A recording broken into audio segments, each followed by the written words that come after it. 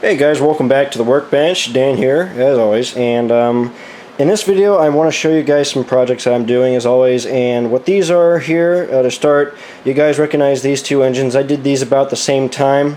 I think last year I completed them, and these are both units that I've gone back and kind of did some reworkings to, and mostly internally. What I've been up to lately, if you guys have been keeping up on my Facebook post, is going back and kind of refurbishing a lot of older models that I've had, including some newer ones too that don't necessarily run too well because they're kind of engines that have been sort of neglected over the years by other people, or they just, you know, kind of a lack of running too. And a lot of the units, especially too, like all of my Furix units, those are pretty much new in box, and when I got them, you know, they've pretty much been sitting in that, you know, pretty much brand new in the box for all these years, and so they're just now getting kind of broken into. And what you find is that on a lot of these older RTR engines, they use what I call the banana pudding grease, which builds up very badly. It coagulates in the gears, in the motor, and it just freezes everything up. It binds everything really badly. So what I've been doing with both of these two units here is going in, taking the motors apart, cleaning them completely out, and then carefully re-lubricating them very, very lightly with some Labelle oil and grease. So this has proved to be very helpful, and it's definitely improved the running life of a couple of my engines. The last one I showed you was HLCX HLCX 6204, excuse me, and this was the last one I did. The next ones that I'll have to do, which I'm not looking forward to, are the CITX 3059. I'm going to have to crack this one open again, unfortunately, and have to go in there. I can imagine this is, obviously, since this is one of the older SD40s, this one will probably be pretty bad. And this one hasn't been run either, so I can pretty much imagine that all that is just coagulated and it's just a mess in there. So that'll be the next one, and then both my Furix units as well, the 3031 and the 3022, will be getting the same motor restoration as well. But back to these two guys here. I'll go ahead and start with HLCX 8165. Once I got all the relubrication done, I put everything back together and everything was good. But when I did the project originally, I wasn't too, wasn't too happy with a few things. Also, as time goes on, you know, the weathering kind of fades down a little bit and things can get kind of scratched up a bit. And unfortunately, that was the case with the 8165. So I had to go back, and it worked out for the best, though, to sum that up. So what I did with the 8165, after all the extensive work was done, I looked back at the photos before it got sold to NS, and I just went back and added some additional details, like a few extra details on the front pilot here, a lot of extra detail weathering, you can see, all kinds of extra detail work to the trucks in terms of weathering, all kinds of extra rust effects. Just like I said, a lot of kind of experimentation with the powders and chalk mixture, and like a base coat of acrylic, especially for a lot of my work here. And my newer kind of controlled methods are really working well, and I'm liking the effects I'm getting with the mixture together here. So you can see, like, the grime coating especially is very effective, and then you get the powders mixed in there where you get kind of the brighter rust effects, which looks really, really nice. And then the greasy journal covers and all that looks very, very nice. And I do that all off of photos again. I'm just copying what I see on the photos, and it usually comes out pretty well. And I can say I'm very happy with the truck weathering method I've got down lately. So other than that, I touched up the fuel tank again, just kind of modeled some more kind of grime streaks, a lot of extra grime coming down from the grills and all that on the sides of the hood here. On the roof, I try to do like some extra paint chipping effects. As you can see, kind of a little more rust there, a lot more kind of paint chipping effects on the cab roof. And just a lot of stuff like that, even down the radiator section on the dynamic blister here, you can see, around the fans too, I got a lot of paint chipping. So that's something else I've been experimenting with, and that came all pretty good on this engine. Again, here's the back truck here, and the waste retention tank tucked in there, which I did a little kind of final detailing too, and it all came out looking pretty good. The truck on this, the back truck here anyways, came out pretty good as well. And as we look at the back end here, nothing too much has changed on this end. I just kind of touched up a little bit of the weathering again on this end. Just a couple things there, just some extra rust here and there, and just kind of some touch up on the couplers where they get up, beat up the most. So that all came out pretty good. And here's this side real quick. You can see again, pretty much the same. A lot of the grime, like I said, is concentrated on the trucks and the fuel tank. That's really what I've been working on here, is these parts, because these are where you get the most wear. And even though I don't touch these, I don't generally ever touch the trucks or the fuel tank, but just in running life, you'll notice like a lot of this can get kind of scuffed up over time, and so I usually we'll touch it up or something. Also, what I was dealing with too, because of the older lubrication, I had a lot of grease spilling up on the trucks, which is extremely annoying in my opinion, so I had to go back and kind of touch that up, and that was the benefit of cleaning off the old weathering on these trucks and then redoing it, is that I got to cover all that up, and now you can't see like any grease residue anymore, and it looks more like, you know, actual grime on the trucks, which is pretty cool. So I'm really happy with the HLCX 8165 now. I think it turned out really well, and I'm very happy with how it looks at this point in time. Another thing I did kind of too on the front here was just kind of finish some more chipping effects, also around the door, on the cab, on the nose here as well too, and a little extra rust as well, just to kind of give it that sense of, you know, further age. As these things move around, you know, they get pretty beat up, and so that's what's important to keep in mind on these. So, and like I said, with a model like this, you know, I never consider these 100% done. There's always something else, there's always another rust spot or this and that you can add to these to make them look better, in my opinion. So, and honestly, you never know. In 5 years, I might go back, if I still have this thing, and re-weather it. You never know. So that's just how it is with these. But for now, I got it to where exactly where I want it. I think it looks absolutely awesome, and I'm very happy with how it looks. So that's the 8165. That's the progress I've done on that. So she's ready to go back in and get a good kind of break and run here, and we'll put her back into service. So onto the HLCX SD40-2, another very, very nice engine. This is the one I custom painted, if you guys remember.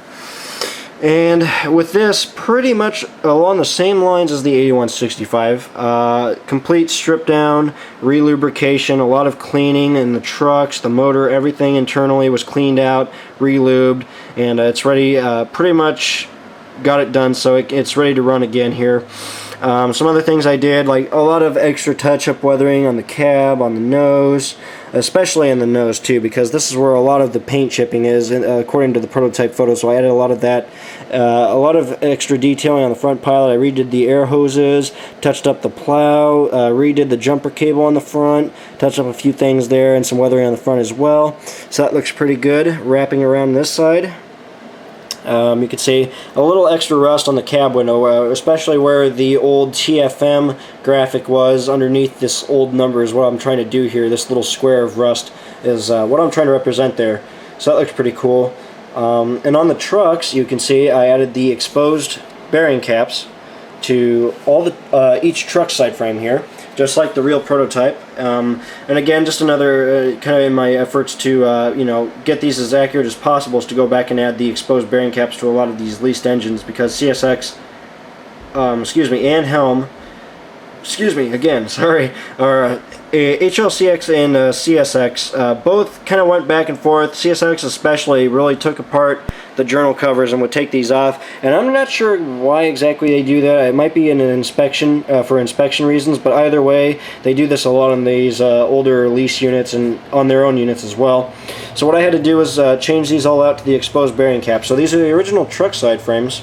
The only thing I did differently with this, unlike using the typical Details West bearing caps, to go in and having to drill all these out and then insert the bearing caps in place, I actually used bearing caps from two of the Boswer units that I have now in my fleet. The Boswer GMD CP SD40-2's, which I'll show you in a minute. What's nice about those engines, if you saw the review, is that they include extra detail parts, and you have the option to change the bearings on the locomotive trucks from exposed bearing caps to covered journals, which is really cool. So I had plenty of spare exposed bearing cap details here that I was able to add to this model. So what I did was I shaved off the stock housings on these and added the bearing caps, and touched up, weathered the trucks, painted the journal or bearing caps, and you can see they look really good. So they're all in place now, and they're not going anywhere. And it's just another one of those things that really enhances the detail on this model and brings it one step closer to looking like the real HLCX SD40-2. So I'm very happy with how that looks. I'm very, very happy, like I said. All kinds of extra rust effects on the high hood here, as you can see. A lot of kind of some grime streaking down from the grill as well. So a lot of the rust streaks there, though, are kind of stock from when I originally did this, but a lot of extra grime on the fuel tank, a little extra grease streak kind of streaking down the side sill here and onto the fuel tank. Here's the trailing truck, as you can see. exposed bearing caps on this truck look really nice. A lot of extra rust, streaking, and grime all touched up there, so that looks pretty good. On the back, nothing really changed here. Just kind of, you know, again, touched up the weathering on this end. On this side, there's the truck with the exposed bearing caps on this side. Looks pretty good. All the weathering touched up again. And then we get to this truck, which I had to redo the speed recorder, and you got the exposed bearing caps as well. Sorry about the blur there. But you can see it looks 10 times better than it did. And I'm very happy with how this came out. So the 6300 now is completed and ready to go back into service. So this is another one of my, you know, these two in particular, some of my favorite lease engines. These look really good. And I actually have videos of these from YouTube where these were paired together. So I often run these together. So these are kind of the dynamic duo right now. And I'm very happy with how those both turned out. So these are going to go back into service, and I'll, after the video, put them away, and or actually not put them away, but I'll probably give them another test run just to make sure everything's, you know, 100% working right, and everything's ready to go so I can put them back. So those are it's the HLCX 8165 again, the HLCX 6300 for you guys. Now these next two units are the Boswer GMD SD40-2's. You remember the first one I showed you, which was CP Rail 5723, and I now have that one done. So I'm going to go ahead and pull her into the shot here. Now check this out. Look at this. Pretty cool, huh? So what I did with this was I looked at pictures of the real 5723 and weathered the model off of the photos. So lots of extra work here. All kinds of grime, fading, paint chipping effects. All kinds of grime on the fuel tank, the trucks, everything. A lot of grease spillage. Something cool I did to this as well is I added the reflective sill striping to this, as you can see, and that goes all the way, wraps all the way around the engine on both sills on each side and on the front pilots and in between the steps, which is pretty cool. And something else that's really cool how I did this was I actually kind of chipped up the sill a bit here, so you can see there's a lot of like kind of deterioration of the sill stripe as it's kind of chipping away over the years. So that looks really, really cool. It's a really nice weathering effect, and then all the grime and all the grease is just starting to streak over it. So that looks really cool. The fuel tank looks really, really nice. The trucks came out really good too. All the layers of grime on there. Greasy journal covers as well. Common on these. All kinds of grime on the battery box stores here. All looks really good. All the paint chipping effects. Got the new cab vent there. That's something I added extra. Oops, sorry about that. On the nose, there was a couple things I had to change here. The Boswer unit was okay out of the box, but the thing that was, I think, the biggest important change here, the real unit has a snow plow. The model had the CP rail style snow plow, or the snow cover, snow shield rather, on the front pilot. So I had to change this out to a Canadian style snow plow. Added the grab irons to it. Routed the MU cables through it, added the new airline, remounted the ditch lights, modified those, painted the coupler bars, added the MU jumper and receptacles, as you can see, and then the hook hanging down from the drop step to support the MU cable as well is installed. All the paint chipping effects on the nose of this guy. You can see I even added the broom to the front, kind of tucked in behind the handrail here, and that's for snow clearing on these units. Looks really cool. And another thing that's really, really cool about these engines that's great to weather with is the fact that they come with the tread plating on the pilots. So this is a lot of fun to weather because you can do a lot of chipping and weathering and grime effects on these. So that came out pretty good. The nose is nice and deteriorated. On the roof here I added the airline, added the new antennas. The airline goes all the way back to the horn, which I relocated to the accurate position. You got all the kind of mismatched fans here, which I did. Kind of a fan swap here. All the paint chipping, all the paint fading, all the exhaust streaking, all that was done with the acrylics, chalk pastels, and powders, so that came out pretty good. Not too crazy on the logo here. These graphics stayed pretty clean. I have seen these where they've gotten pretty chipped up, but this one in particular stayed pretty clean, so I tried to keep that kind of clean on this model as well. As we work on to the back here, you can see I added the waste retention tank, which is in there, and all the appropriate piping. You got the replaced bearing caps on this as well, as you can see. Bring this into light here. So you got the two replaced, replaced bearings here, which I swapped out for the Boswer parts again, so that they're exposed bearing caps. So those look really cool. And I also had to darken the grills too. That was another big thing. But that's something I pretty much do standard on all these engines. On the back here, all the new knuckle brackets, MU jumper, the airline, the coupler, the painting of the coupler lift bar, all that was done. So that looks pretty good. Lots of grime and shipping effects on the back hood here. So that looks really cool. And as we move to this side, there's the rear truck, and that came out really good.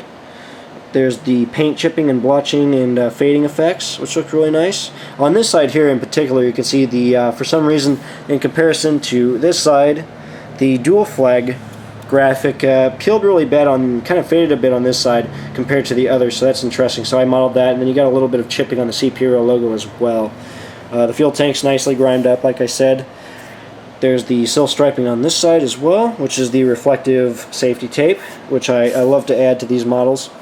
And then here's the front truck. I also added the speed recorder this end too, and the appropriate fuel tank detailing. And then I also added the replacement brake wheel, or rather painted it to look like a replacement brake wheel as of prototype photos. So it looks pretty good. So that's the CP Rail 5723, and that is the CP dual flag scheme SD40-2, and I think this one in particular looks very nice. I'm very happy with it, and it really looks good. And Boswer, like I said, did an excellent job on these units, and I love these really, because the lighting effects too and all that are very good, and they run exceptionally well. Actually, they put kind of in a way Athearn for Athearn for a run for their money. So if you're hearing this, Athearn, you know you need to start putting LEDs in your and putting some tread plating on your engines, because these are starting to show you up a little bit. Boswer did a really good job on these. So, not saying that Athearn's a bad company; they still do good products. But Boswer's SD40-2 rendition here is definitely one of the best I've seen for sure. These are just exceptional, and they look really nice, and I'm very happy with it. So that's the first CP rail unit, and since I did this one, I got another one, which was the one I originally intended to get, which is the CP Rail 6038. And look at this guy here. This is the, I think these were the earlier scheme. They had the large Pac-Mans, and then they, I think, went to a smaller Pac-Man, or the small multi-mark scheme on these. CP Rail units are interesting, because they really varied a lot of these paint jobs, but this is another rendition Boswer did, and I did this one off of prototype photos again. And with this, what I did, put the reflective sill striping on it as always, did all of the appropriate fuel tank detailing, modified the details on the cab roof, like the airlines, the new antennas.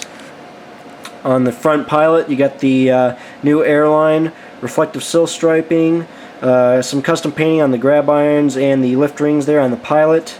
A lot of paint chipping effects on the nose. As you can see, it's just really scraped to hell, and it looks really good.